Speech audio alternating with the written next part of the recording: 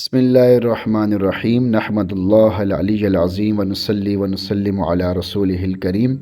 میرے محترم ناظرین اور سامعین، ڈاکٹر عافیہ صدیقی کا جو مسئلہ ہے اور جس پراسرار طریقے سے اور ظلم کرتے ہوئے ان کو امریکہ کے حوالے کیا گیا اور آج تک وہ تکلیفیں برداشت کر رہی ہیں، 20 سے 22 سال ہو گئے تقریباً، تو مکمل بیچاری تکلیفوں میں انہوں نے زندگی گزار دی ہے۔ اللہ تعالیٰ ان کے لیے آسانیاں فرمائے کہ ایک ایسے جرم میں جو انہوں نے کیا ہی نہیں، ایسے بہت سارے بیچارے لوگ ہیں جو ایسے جرموں میں جو انہوں نے کیے ہی نہیں ہوتے اس میں مر کھپ جاتے ہیں۔ اللہ تعالیٰ ہم سب کی حفاظت فرمائے اور ہمیں بھی ہدایت نصیب فرمائے کہ ہم ذہنی طور پر، اخلاقی طور پر اور ہر اعتبار سے ہم کتنے پیچھے ہیں، کتنے غلام ہیں کہ کافروں کی ہمیں منتیں کرنی پڑتی ہیں۔ کافر کیا کرتے ہیں؟ کچھ نہیں کرنا انہوں نے پہلے کچھ نہیں کیا۔ فلسطین میں کتنا ظلم ہو رہا ہے، کوئی کچھ نہیں کر رہا، سب چپ کر کے دیکھ رہے ہیں، اور تھوڑا سا کوئی مسئلہ ہوتا ہے انہیں ہیومن رائٹس یاد آ جاتے ہیں، انسانیت کو یاد آ جاتے ہیں۔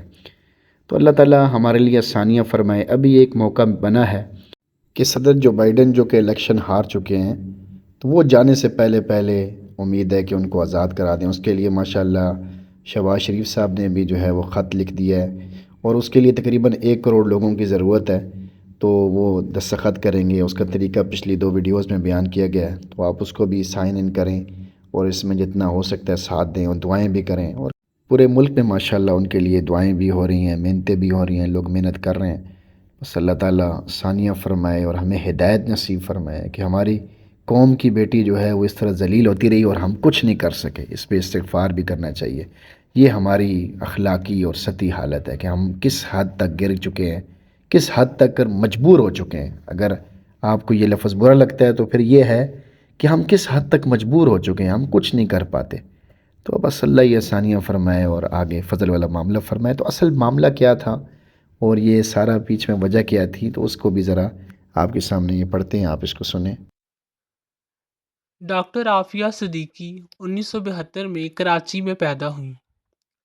اپنی ابتدائی تعلیم مکمل کر کے 1990 میں اسٹوڈنٹ ویزا پر مزید تعلیم حاصل کرنے امریکہ کی ریاست ٹیکساس گئیں، جہاں پہلے ہی ان کا بڑا بھائی آرکیٹیکچر کی تعلیم حاصل کر رہا تھا۔ ڈاکٹر عافیہ نے 1992 میں اپنی ایک ریسرچ کی وجہ سے امریکہ میں $5000 کا انعام بھی حاصل کیا۔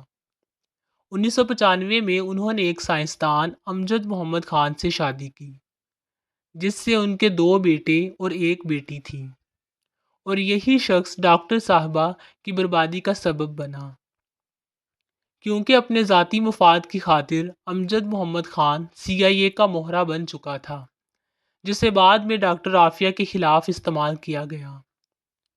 ڈاکٹر عافیہ نے ذاتی طور پر بائیو کیمسٹری پر کام کرتے ہوئے ایک ایسی شاندار ریسرچ کی تھی جو آج تک کوئی امریکی سائنسدان بھی نہ کر سکا۔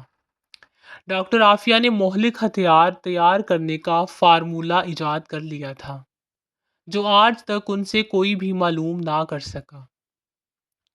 ڈاکٹر عافیہ یہ فارمولہ پاکستان یا عالم اسلام کی بھلائی کے لیے استعمال کرنا چاہتی تھیں، جبکہ امریکہ چاہتا تھا کہ عافیہ یہ فارمولہ انہیں دے دے، جس کے لیے ڈاکٹر عافیہ نے صاف انکار کر دیا، کیونکہ انہیں خدشہ تھا امریکہ ان کا فارمولہ اسلام اور مسلمانوں کے خلاف استعمال کرے گا۔ اور یہاں سے وہ کہانی شروع ہوئی جس نے ڈاکٹر عافیہ کی زندگی برباد کر دی۔ ڈاکٹر عافیہ کی تعلیم اور تحقیق امریکہ میں مکمل ہوئی تھی، اس لیے وہاں کے سائنسدان اس ریسرچ سے واقف تھے، جس کی بنا پر انہوں نے FBI کو رپورٹ کر دی کہ عافیہ کے پاس ایسی ریسرچ ہے جو اگر پاکستان کے ہاتھ لگ گئی تو وہ اسے امریکہ کے خلاف استعمال کرے گا۔ 2002 میں ڈاکٹر صاحبہ کو طلاق ہوئی تو ان کے شوہر نے ڈاکٹر عافیہ پر من گھڑت الزامات لگائے، جس کے بعد ڈاکٹر عافیہ پاکستان واپس آ گئیں، کیونکہ وہ یہاں رہ کر پاکستان کے لیے کام کرنا چاہتی تھیں۔ مگر افسوس، اس وقت پاکستان نے ان کا ساتھ نہ دیا، اور 2003 میں پرویز مشرف نے ایک سنگین غلطی کرتے ہوئے ڈاکٹر عافیہ کو امریکہ کے حوالے کر دیا، جو ان کا اپنا ذاتی فیصلہ تھا، جس میں فوج کا عمل دخل شامل نہ تھا۔ 5 سال تک کوئی نہ جانتا تھا کہ ڈاکٹر عافیہ کہاں اور کس حال میں ہے۔ جب عافیہ کی گرفتاری کی تصدیق ہوئی تب تک پاکستان ڈاکٹر عافیہ کی شکل میں ایک ذہین اور قابل خاتون کو کھو کر ناقابل تلافی نقصان حاصل کر چکا تھا۔ امریکیوں نے ڈاکٹر عافیہ سے ریسرچ ورک حاصل کرنے کے لیے بہت دباؤ ڈالا، جس کے لیے ڈاکٹر عافیہ کو ذہنی اور جسمانی تشدد کا نشانہ بناتے ہوئے ظلم کا ہر پہاڑ توڑ دیا، مگر وہ عافیہ کی زبان نہ کھلوا سکے، یہاں تک کہ ان کے ایک بچے کو قتل کر دیا گیا۔ مگر ڈاکٹر عافیہ کو آج تک زندہ رکھا ہوا ہے، جس کی وجہ ان کی ریسرچ اور فارمولہ ہے، جو اس قدر طاقتور ہے کہ اس کے حصول تک امریکہ عافیہ صدیقی کو زندہ رکھنے پر مجبور ہے۔ امریکہ نے ڈاکٹر عافیہ کے کچھ ساتھیوں کو بلگرام جیل بھی بھیجا تاکہ وہ عافیہ سے بات چیت کر کے ان سے فارمولہ حاصل کر سکیں، مگر وہ سب ناکام ہو گئے، کیونکہ ڈاکٹر صاحبہ نے انکار کرتے ہوئے کہا تھا اگر یہ فارمولہ امریکہ کو مل گیا تو وہ مجھے مارنے کے بعد دنیا کو تباہ کر دے گا، جو میں نہیں چاہتی۔ اس انکار کے بعد ڈاکٹر عافیہ پر اس قدر ظلم کیا گیا کہ وہ ذہنی طور پر مفلوج ہو گئیں، مگر زبان نہ کھولی۔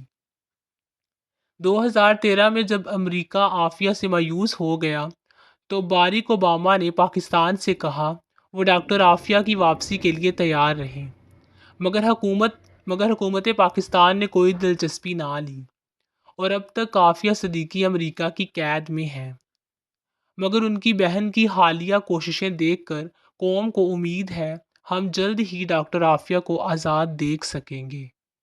انشاءاللہ تعالی ضرور ایسا ہوگا۔ اللہ تعالیٰ ہم سب کی مدد فرمائے، اور ڈاکٹر عافیہ کی جو بہن ہیں جو کوششیں کر رہی ہیں ان کی کوششوں کو قبول فرما کر، اور پاکستان سے بھی ماشاءاللہ جو لوگ محنت کر رہے ہیں سب کی کوششوں کو قبول فرما کر ان کو ضرور بے ضرور رہائی مل جائے۔ آمین برحمتک یا ارحم الراحمین۔